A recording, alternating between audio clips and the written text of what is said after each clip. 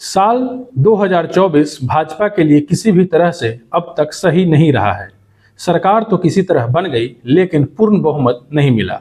18वीं लोकसभा चुनाव में बीजेपी की सीटें घटने को लेकर देश भर में खूब चर्चा हुई। उसके बाद अलग अलग राज्यों के विधानसभा उपचुनाव में भी 13 जुलाई को आए नतीजों में सिर्फ 2 पर ही बीजेपी जीत पाई और अब राज्यसभा में भी बीजेपी का नंबर घट गया है। नमस्कार, मैं हूं निखिल और आप देख रहे हैं दी जनता बूथ। अभी पिछले महीने ही लोकसभा चुनाव संपन्न हुए और नरेंद्र मोदी ने तीसरी बार प्रधानमंत्री पद की शपथ ली।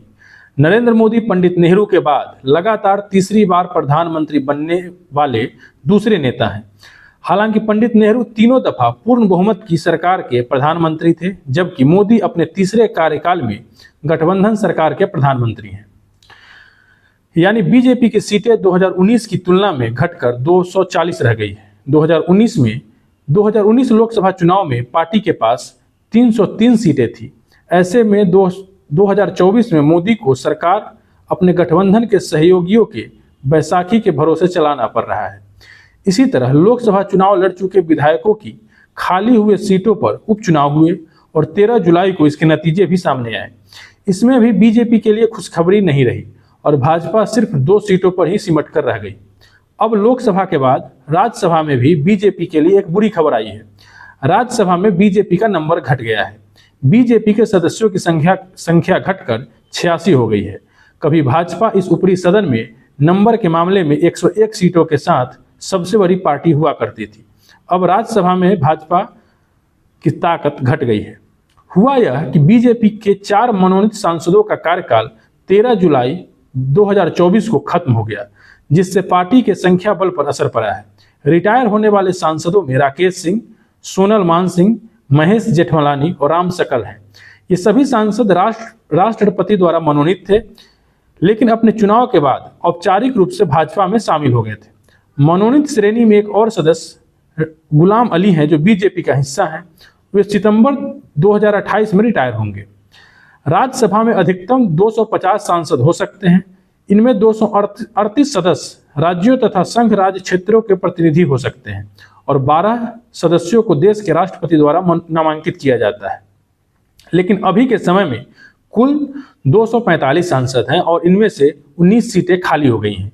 इस तरह सीटें खाली होने से अभी कुल 226 सांसद राज्यसभा में मौजूद हैं और जब तक इन सीटों पर चुनाव नहीं हो जाता, तब तक किसी भी बिल को पास कराने के लिए बहुमत का आंकड़ा 114 का है।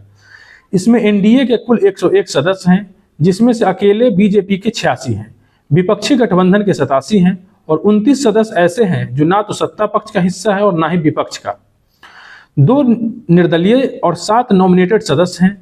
हालांकि यह नॉमिनेटेड सदस्य सरकार के पक्ष में ही मतदान करते हैं। आइए यह भी जान लेते हैं कि यह नॉमिनेटेड सदस्य नॉमिनेट कैसे होते हैं। सरकार के सिफारिश पर 12 सदस्यों को राष्ट्रपति राज्यसभा में नॉमिनेट करते हैं। यह सभी सदस्य अलग अलग क्षेत्र से, जैसे कला, साहित्य, सामाजिक कार्य, कानून, खेल, सिनेमा आदि क्षेत्रों में उत्कृष्ट योगदान के चलते नॉमिनेट किए जाते हैं। हमने अभी आपको बताया कि 19 सीटें खाली होने की वजह से राज्यसभा में फिलहाल सदस्यों की संख्या 226 है। अब सवाल उठता है कि राज्यसभा में नंबर घटने के बाद भाजपा की मुसीबत बढ़ेगी। क्या संख्या बल कम होने से एनडीए को घाटा होगा? अहम कानूनों को पास करवाने के लिए एनडीए के पास संख्या बल है या नहीं? आइए इस पर भी नजर डाल लेते हैं। फिलहाल राज्यसभा में 19 सीटें खाली हैं। 19 सीटों में से 4 सीटें जम्मू कश्मीर की हैं, जहां विधानसभा चुनाव होने के बाद ही राज्यसभा के चुनाव होंगे। इसके अलावा 4 सीटें नामित सदस्यों की खाली हैं। वहीं 11 राज्यसभा सीटों पर चुनाव होना है, जो महाराष्ट्र, राजस्थान, तेलंगाना, हरियाणा, मध्य प्रदेश, त्रिपुरा और असम जैसे राज्यों की हैं। इन 11 सीटों में से 10 सीटें तो अभी पिछले महीने ही खाली हुई हैं, क्योंकि कई सांसद लोकसभा में निर्वाचित हो चुके हैं। वहीं अगर और एक सीट की बात करें तो ये सीट बीआरएस के राज्यसभा सांसद रहे के केशव राव के इस्तीफा देने और कांग्रेस में शामिल होने के बाद खाली हुआ है। आने वाले महीनों में राज्यसभा के इन सीटों पर चुनाव होने वाले हैं। इन चुनाव में संभवतः 8 सीटें एनडीए और 3 सीटें इंडिया गठबंधन के हिस्से में जा सकती हैं। कांग्रेस को तेलंगाना से 1 सीट मिलेगी, जिससे पार्टी की संख्या राज्यसभा में 27 हो जाएगी। राज्यसभा में यह आंकड़ा इसलिए भी महत्वपूर्ण है क्योंकि विपक्ष के नेता का पद बनाए रखने के लिए कांग्रेस को 25 सीटों की जरूरत थी। यह उससे 2 अधिक है। इससे कांग्रेस की आवाज भी राज्यसभा में बुलंद होगी। हालांकि बीजेपी अथवा एनडीए को राज्यसभा में आगामी बजट सत्र में बिल पास करवाने में बहुत अधिक परेशानी नहीं होगी। भाजपा अब भी मजबूत स्थिति में है, नंबर गेम में वह अब भी आगे है। कहा जा रहा है कि मौजूदा स्थिति में भी सरकार आगामी बजट सत्र में कई बिल पारित करा सकती है। इसकी वजह 7 गुटनिरपेक्ष मनोनीत सांसद, 2 निर्दलीय और एक एआईडीएमके और वाईआरसीपी जैसे करीबी दलों का समर्थन है। खास बात है कि मनोनीत कैटेगरी में जल्द से जल्द सांसदों के खाली पदों को भरना अन्न पर निर्भरता कम करने के लिहाज से एनडीए के लिए जरूरी है। बीजेपी के लिए इसलिए भी महत्वपूर्ण है कि मनोनीत सांसद ज्यादातर सरकार के पक्ष में ही मतदान करते हैं। धन्यवाद, आभार। मैं निखिल कुमार। आपसे गुजारिश है कि अगर अभी तक जनता वोट को आपने सब्सक्राइब नहीं किया है तो जल्द से जल्द सब्सक्राइब कर लें और इसके फेसबुक पेज को भी फॉलो करें।